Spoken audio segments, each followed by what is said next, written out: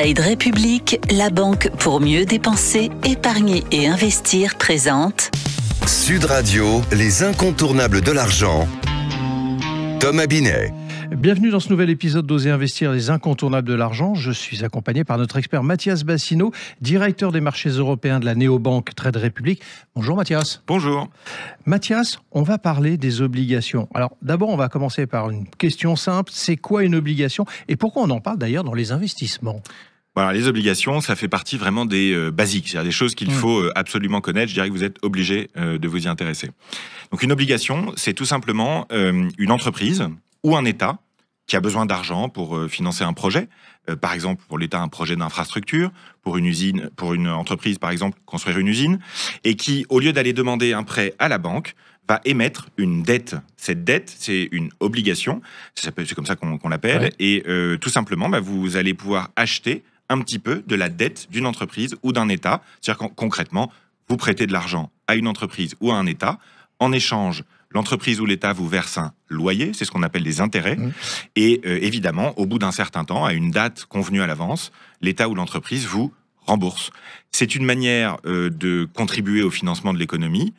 C'est différent d'acheter par exemple des actions, c'est différent par exemple d'acheter des matières premières. Là, on prête de l'argent à un acteur et on a en général un taux d'intérêt fixe, mais parfois c'est un taux d'intérêt qui peut être variable aussi. Donc si je comprends bien, au lieu de détenir une partie d'un actif, du coup, on lui prête de l'argent, mais du coup, c'est pas un peu risqué ? Comme dans tout prêt, tout dépend à qui vous prêtez. Ouais, donc l'enjeu, c'est évidemment le risque principal d'une obligation, c'est qu'elle fasse défaut, puisque les caractéristiques sont connues. C'est-à-dire vous savez quand est-ce que vous serez remboursé à la fin, vous savez combien vous allez toucher en termes de taux d'intérêt, c'est très prévisible.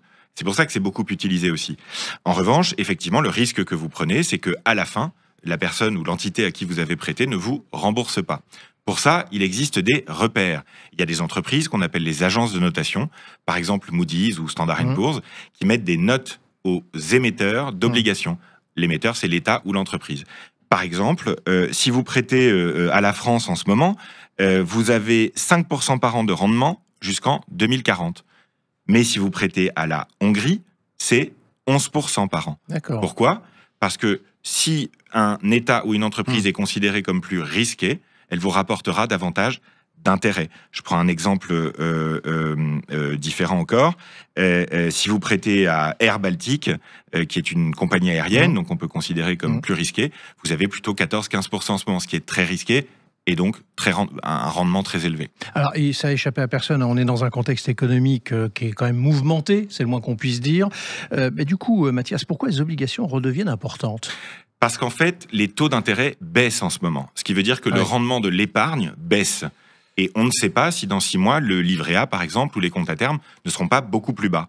Le gros intérêt des obligations, c'est que vous achetez quelque chose aujourd'hui et le taux d'intérêt que vous allez toucher pendant plusieurs années est déjà connu.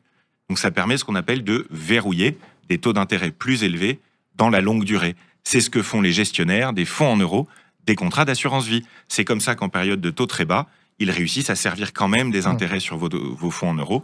Moi, je vous encourage à apprendre à le faire par vous-même si ça vous intéresse. Ça vous évitera les frais. Merci à vous, Mathias, pour cette analyse. Et on vous retrouve mardi prochain pour un autre numéro d'Oser investir, les incontournables de l'argent. Et pour ce qui me concerne, je vous donne rendez-vous dimanche matin dès 9h30 sur Sud Radio. Sud Radio, les incontournables de l'argent. Thomas Binet. Avec Trade République, la banque pour mieux dépenser, épargner et investir.